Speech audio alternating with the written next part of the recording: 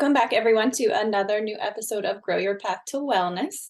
Last episode, I solo hosted another holistic wellness practitioner. We had Nikki Boggs on last week, and I'm hoping that we can coordinate something for her to come back. But we covered the effects of trauma on the body. Nikki is trained in a lot of different areas of trauma-informed holistic wellness, as far as massage, yoga. She is a Reiki practitioner. So she was a wealth of a lot of powerful information last episode. This week, we welcome Jessica Rabon. I was going to butcher it again, and you just told me how you pronounce it. Jessica, she's joining us, and today we're going to talk about self-compassion and eating disorders. We'll get into how those things overlap. But thank you so much for being here, Jessica, and giving us some time on your Sunday morning. Thank you so much for having me. I'm so excited to be here and talk about this.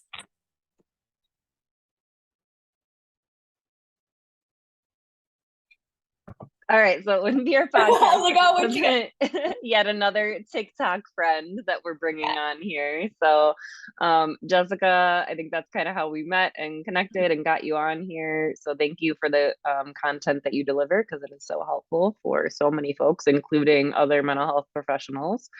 Can you tell us a little bit about yourself for people that aren't familiar with you? Who are you? What do you do? What's your background? And why this topic today? Of course. So I am Jessica, like you said. So I am a licensed clinical psychologist in South Carolina.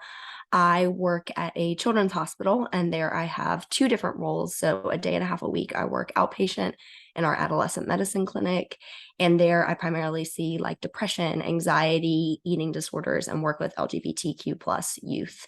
And then the other 3.5 days a week, I actually work medical inpatient. So a lot of people think psychologist hospital, it must be psychiatric inpatient. I work medical inpatient, really working with individuals with chronic illness, new diagnosis of a chronic illness, physical traumas like car accidents, gunshot wounds, as well as eating disorders for medical stability. Outside of that job, I'm a wife, I'm a mother, I'm a dog mom. I create content on social media, really with the goal of making mental health more accessible, making therapists more relatable. And with regard to this topic, so self-compassion is something I started studying in graduate school. I wasn't super familiar with it, but the lab I worked in, one of the aspects it focused on was positive psychology. And I found self-compassion, fell in love with it, and I could talk about self-compassion all day long. And then when I started working with eating disorder patients, which was never my goal, but I'm the only psychologist in both my roles in the hospital. And then we've seen with the COVID pandemic a significant increase in eating disorder symptomology. I got extra training, started working with eating disorders, and realized how much self-compassion can be beneficial for individuals in recovery from an eating disorder. And we'll talk about this more, but there's actually quite a bit of literature on the relation between the two, namely that individuals with eating disorders tend to have lower self-compassion. So being able to cultivate that in recovery is actually very beneficial. I love the overlap that you have, like in your day-to-day work life, like the couple days a week that you're doing in those different areas. It's very interesting, and I think it comes up every single episode that we do with every single guest. Like, we can't talk enough about how physical health is mental health. So as soon as you pointed out, like, probably a lot of people have that misconception that, oh, if I'm a psychologist, I'm working in the hospital, that means I'm working in the, mental health crisis stabilization or inpatient program. So yeah, we can't talk about this topic enough, and saying things that, even crises that happen to our physical health, can activate so many things emotionally for us, and just navigating the healthcare system right now is difficult. So thank you for what. Yeah, no, I have had to perfect how I introduce myself to families in the hospital, because a lot of times they're like, well, I'm here for a chronic illness or a car accident or something. Why is a psychologist coming in? And I give that whole spiel, your physical health and mental health are intertwined. Also, just being in a hospital is going to negatively impact your mental health. You're stuck in bed. You can't, with restrictions have lightened up, but like, especially during the height of COVID, like people weren't allowed to leave their rooms because of like, so all of those things are so isolating. And for the most part, I would say like 99% of the time, it's very well received and people are very grateful they have somebody in the hospital that is checking in on how they are doing emotionally, because it is emotionally taxing. Absolutely. I remember my grandmother's, her last stroke, she was in there and, you know, she's always, I want to go home. And we're like, Grandma, like you just had a major stroke. And then she was in there for a few days and a psychologist came in and then she was talking to me. She was like, you know, I notice how I get frustrated or I start to feel pretty down because, you know, she's seeing changes in her own functioning and things. So 100%. You said that and I was like, I wanted to point that out because we talk about it so often. So if we jump in here, I think a lot of us, like probably a lot of the people listening to this have heard the term self-compassion or to show yourself compassion. But can you break down for them what exactly self-compassion is? Absolutely. So at, I guess, like the most basic level, self-compassion is just really being kind and compassionate to ourselves when we're suffering, when we feel inadequate, when we feel like a failure, just like we would extend compassion to a friend, a loved one, etc. I work off of Kristin Neff's model. So she identifies 3 components of self-compassion. So the first one is self-kindness versus self-judgment. So this is responding to ourselves with kindness instead of self-criticism, and both with our words and behaviors. So it's not just simply like talking kindly to yourself. It's also showing yourself compassionate behaviors. So I shared with you all before we started recording, I've been sick the past week and a half. So self-compassion in behavior would be like listening to my body and not pushing myself to go to work, despite the fact that I still did work most of the time, but like getting off early or not exercising because my body needs to rest. So that would be a behavior that can be self-compassionate.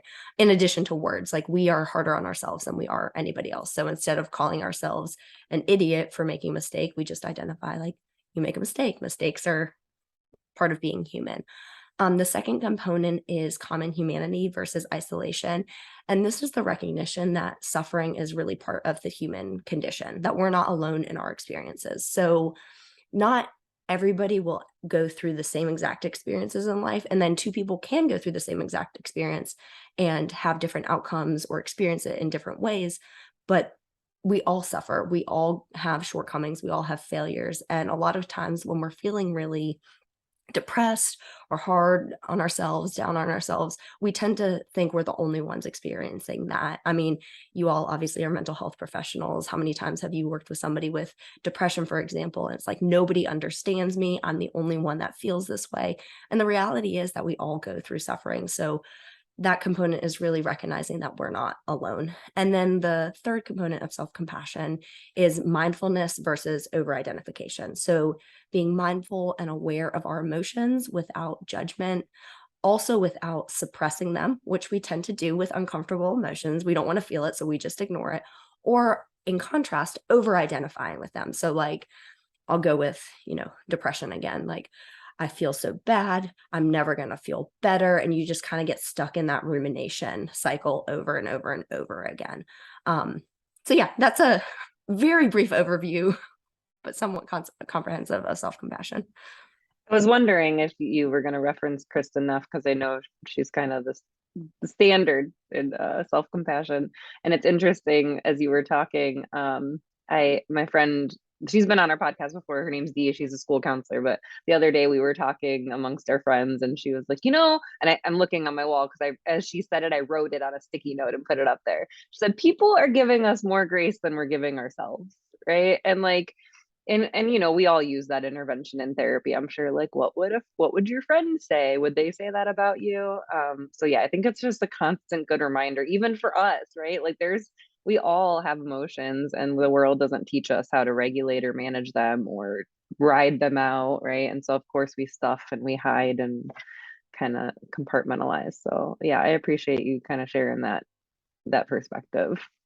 And I will link I think it's just her one book, right? Or does she have more than one book? She has 2 books now. Oh, 2 books now. Yeah. Okay. But selfcompassion.org is her website that has links to all the books, all the research.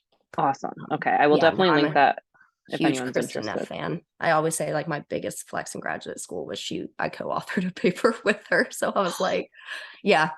So I like use, yeah. It was like my highlight of my graduate career. You get to use that. You get to use that as a flex for sure. I would literally use that for the rest of my life. I would be like, yeah, me and Kristin Neff, best buds. Yeah. Okay, so now we have kind of a base understanding of what self-compassion is. Now on the other side of that, well, not on the other side, but the other part of this topic is eating disorders. So just kind of a good overview. What are eating disorders and what are common misconceptions about an eating disorder? I love the question about misconceptions because, and I guess I'll start there, but then kind of go briefly through different eating disorders. So a lot of people think an eating disorder is that stereotypical, very like underweight, malnourished, typically white, femme presenting individual.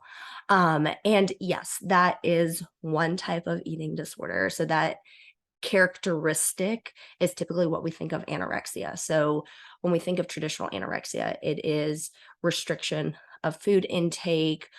We tend to see individuals that are underweight. Although there is a subcategory of atypical anorexia, I hate that term because it's really fat phobic. Basically, you meet all the criteria except you're underweight. So we see like fear of gaining weight, fear of eating, restriction of food intake, energy intake, all that kind of stuff. That's a very brief overview.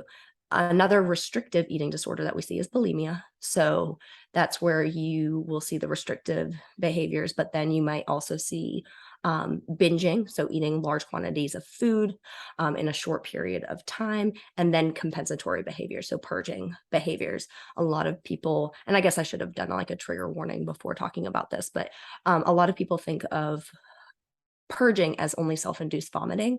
And I guess this kind of goes into the misconception, but that could also just be over exercising. So you eat and then you go to the gym to exercise off what you ate, laxative use, enemas, diuretics, those type of things.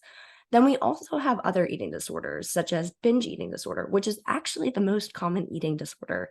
And binge eating disorder, we see that binge eating without the compensatory behaviors that we see with bulimia. I should have also identified in anorexia, you can see purging behaviors, but you typically don't see the binging component of it.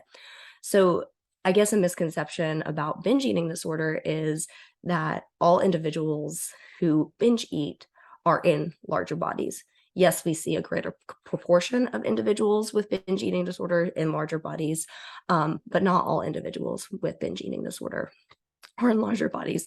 And another misconception is that anorexia is the most common eating disorder, but really it's binge eating disorder.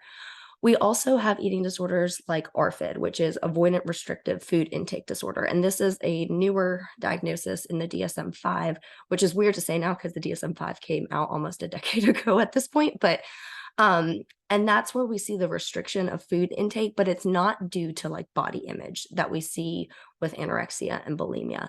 A lot of times it may be due to like sensory issues with food or some type of traumatic experience. So when I've worked with individuals with ARFID, some have had like a choking experience, and so then they're scared to eat food. So they restrict their food to only say like soft foods because they choked on chicken, for example.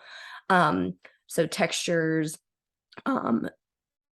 some type of traumatic experience. A lot of times we might see ARFID related to anxiety. So maybe a person, ate something and then got really sick or had some GI issues and couldn't eat. And so then anxiety is playing a role in their desire to eat.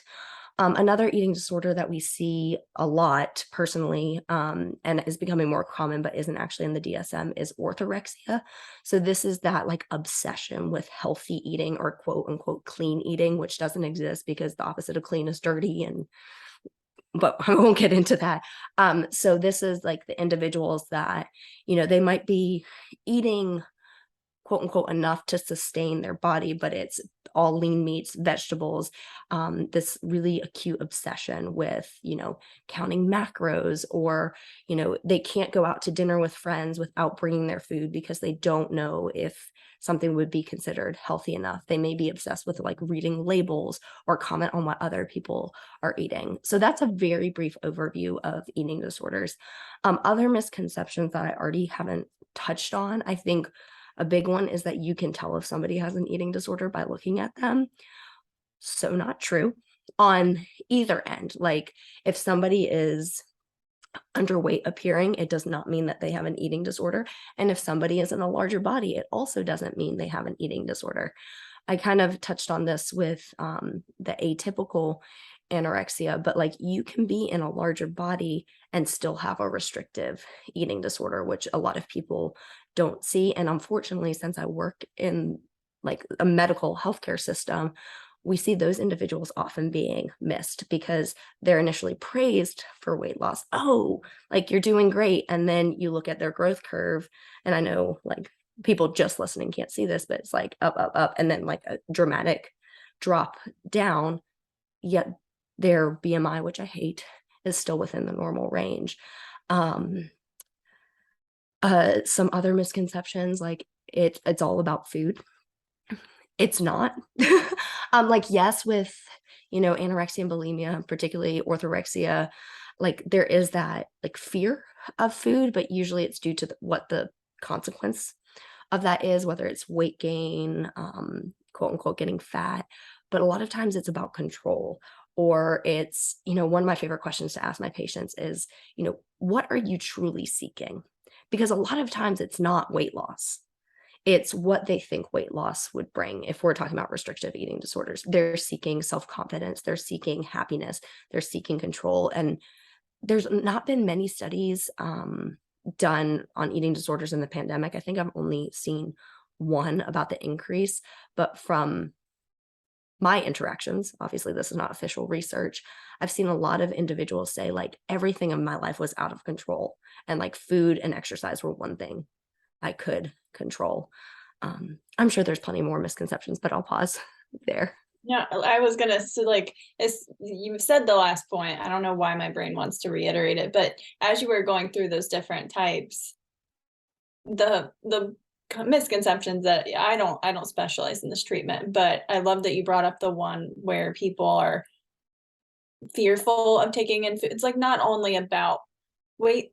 Eating disorders don't only mean I have a fear of gaining weight. They can be so many other things, like fear of harm if I choke on a specific type of food again, and I think people have these boxes because we only know what we know, and we're 3 mental health professionals here right now, but there's eating disorders are tied to so many other things besides a fear of getting fat.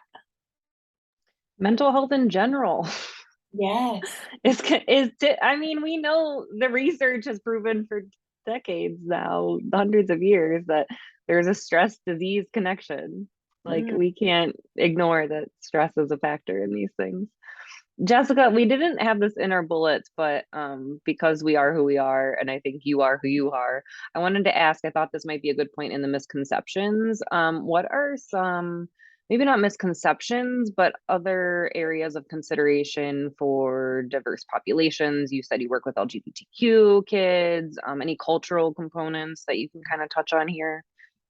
Yeah. So one thing I've seen recently, so thank you for asking this, is a lot of disordered eating in trans and non-binary individuals. And I distinguish disordered eating from eating disorders, not because it's not as serious, but just because we work off the DSM if they don't meet full criteria for an eating disorder. But I have seen a lot like maybe restrictive in food intake, or only eating certain foods, or body image concerns, specifically in trans and non-binary youth, which is more so related to gender dysphoria, but on the surface can appear as an eating disorder or disordered eating. And I have seen both be comorbid as well. I've definitely seen individuals that go on to develop full-blown eating disorders. So I think that is, especially for individuals working with like LGBTQ plus youth and adults. I don't work with it.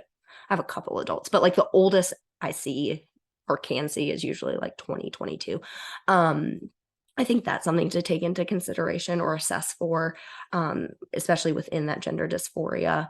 Um, with regard to other like cultural concerns, something that came up recently. So like our protocol in the hospital, we have like certain meal plans that we set out for these individuals. And like a lot of people think of, oh, eating disorders, like they only eat, especially restrictive, like fruits and vegetables. But we might see, particularly, I'm thinking of a patient I had recently, like a Hispanic culture. So they eat a lot of like carbs and rice and beans. And you can still be eating those foods and meet criteria for an eating, because those are still a comfort food. So they might be restricting the amounts of them. So it's not, also going back to something that Kelsi said about, it's not just like fear of the food. It's not like, oh, I'm only not going to eat like carbs and sugar. It might be an overall like restriction of intake. So the food alone is something to consider. And then more broadly, like on families, I think it's important for anybody who has a suspicion of an eating disorder to really look at like family dynamics, family food beliefs. And this doesn't have to be necessarily across different cultures, but like what type of food rules were individuals taught? Like, was food a really, in some cultures, like food is the heart of every family gathering. And what were the messages about food versus, are there families that, mom was always on a diet? And I know I'm being very gendered in that, but that's what I see much more frequently. Or I see a lot of times like dad's like a gym buff and works with a personal trainer. And those are all like things that I think need to be considered, because it's very rare. I've very rarely seen any individual with an eating disorder that has not had some type of family history of disordered eating. It might have not been a full-blown eating disorder, but like when you start breaking down, like, I was told I had to clear my plate as a child before I got dessert. I was told that too. It's very like culturally appropriate in many ways, or like normalized, I guess, not appropriate, but that's saying like you don't deserve a sweet until you eat fruits and vegetables. And what we know from that is you're actually going to end up eating more past the point of satisfaction.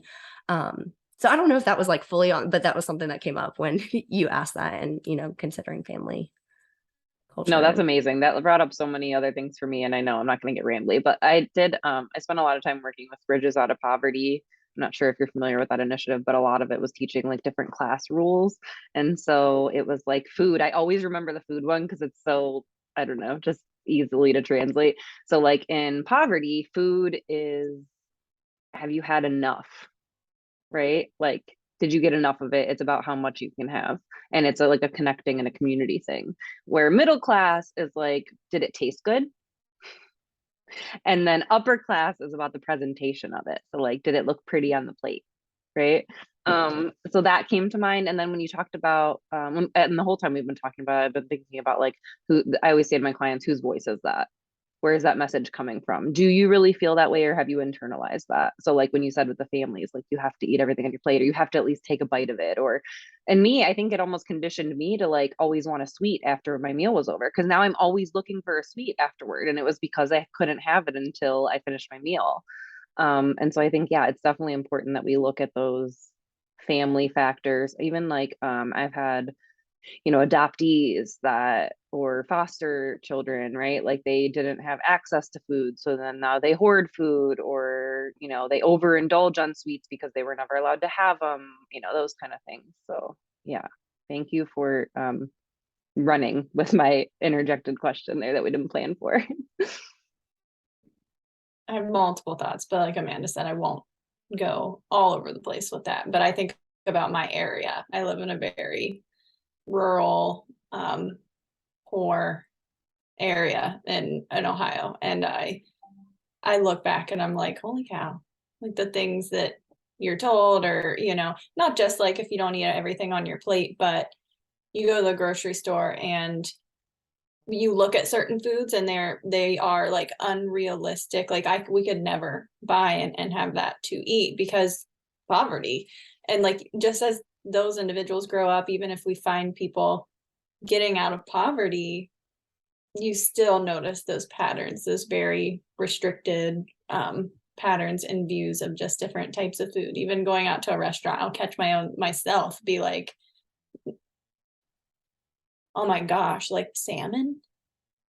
It's probably, and like I don't live in poverty anymore, but I still catch all of these things. Like you bring all those up, and I'm like, holy cow. And I work a lot with LGBTQ youth and adults and things, and that's something I was mindful of, but probably not. I'm gonna incorporate more questions as far as when I start asking about appetite, and because I always ask pronouns, all of the things first, and I'll probably add some more direct questions about the body dysmorphia and eating now. So thank you for that. Okay, my brain's going to continue going all over the place, but we only have a few minutes left, but I wanted to get to your last bullet point just about how self-compassion gets intertwined with eating disorder treatment. Absolutely. So first of all, there is actually a good amount of research on the two. So like I said at the very beginning, like we find that there's a lot of lower self-compassion with individuals with eating disorders. So we see lower levels of self-compassion with higher levels of body dissatisfaction, associated with like bulimic symptomology, binge eating, drive for thinness, dietary restraint. In contrast, we see higher self-compassion related to things like body acceptance, appreciation, lower preoccupation with like food, body dissatisfaction, things like that. So with regard to self-compassion and eating disorder treatment, there is actually, so compassion focused therapy is a therapy modality, and there has been an adaptation for eating disorders, which really, and I'm not trained in it, I just I do more CBT for eating disorders and then bring in self-compassion. But really CBT or CFTE, so compassion focused therapy for eating disorders, really helps the individual understand and accept their body as it is, and the importance for nutrition, activity, rest. But with regard to like treatment, a lot of self-compassion exercises, I always say, are very like easy in theory. They're hard to implement, but like it's not like this really big complicated thing. So I know, Amanda, you brought up at the beginning, like, or I guess not the very beginning, but we in therapy a lot of times, like, how would you respond to a friend, or what would you say to a friend? So that is a self-compassion exercise. Neff talks about that all the time. I personally, granted, I work with kids and teens, so this doesn't work all the time, but if I'm working with adults, I prefer to ask, like, how would you respond to your child, or what would you say to your child? Because depending on the dynamics of the friendship, you might be mean to your friend, or you might be more blunt, but like your child, or like I might ask, what would you want to tell your younger self? So that can be an exercise.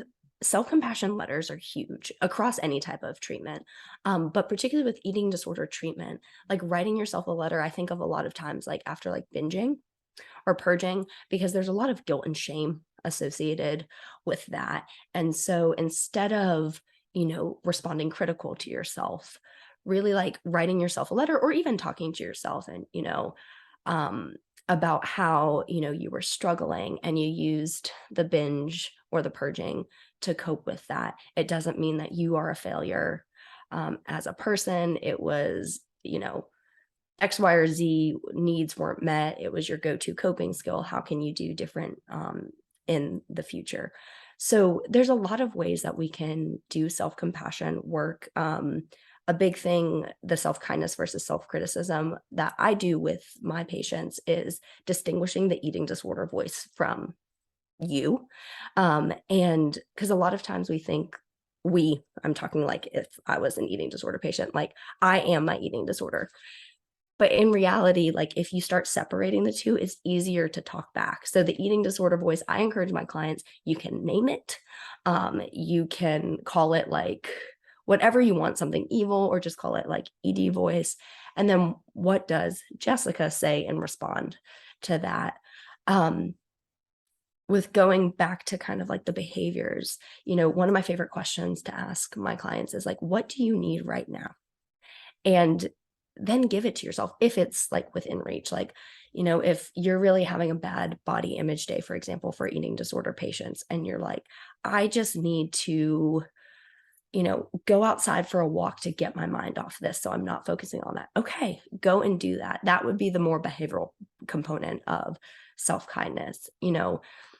If you find yourself looking in the mirror, body checking a lot, remove yourself from mirrors. Do an activity you enjoy to get your mind off of it. Distraction is a huge component.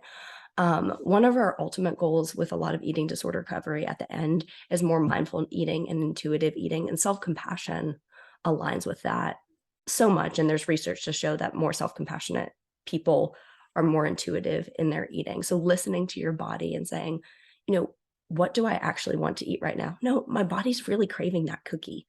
I'm allowed to eat that cookie without feeling guilt or shame. Going back to what we were talking about a few minutes ago, like with you have to eat everything on your plate before you can have dessert. Like we know that if you restrict yourself from the foods you want, you're more likely to eat more of them, then you're more likely to have that shame guilt cycle. Yeah, I know we're almost out of time, but those are just like some of the first ideas that came to mind, and really just like recognizing you're not alone in your struggles. Like so many people struggle with, even if it's not a full-blown eating disorder, but body image, shame and guilt around food, things like that. Yeah, recognizing that you're not the only one suffering. I love it. It's always a good reminder because even professionals can get into that headspace. And I love the reminder you gave about, like we were talking how like the depression and the negative thoughts, and that can kind of just spiral and spiral until now you've snowballed and you're in this dark place and you don't know how you got there. And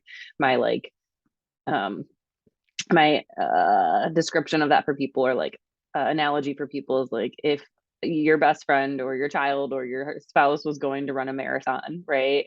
And you're on the sidelines and you're like, you suck. You didn't even buy the right shoes.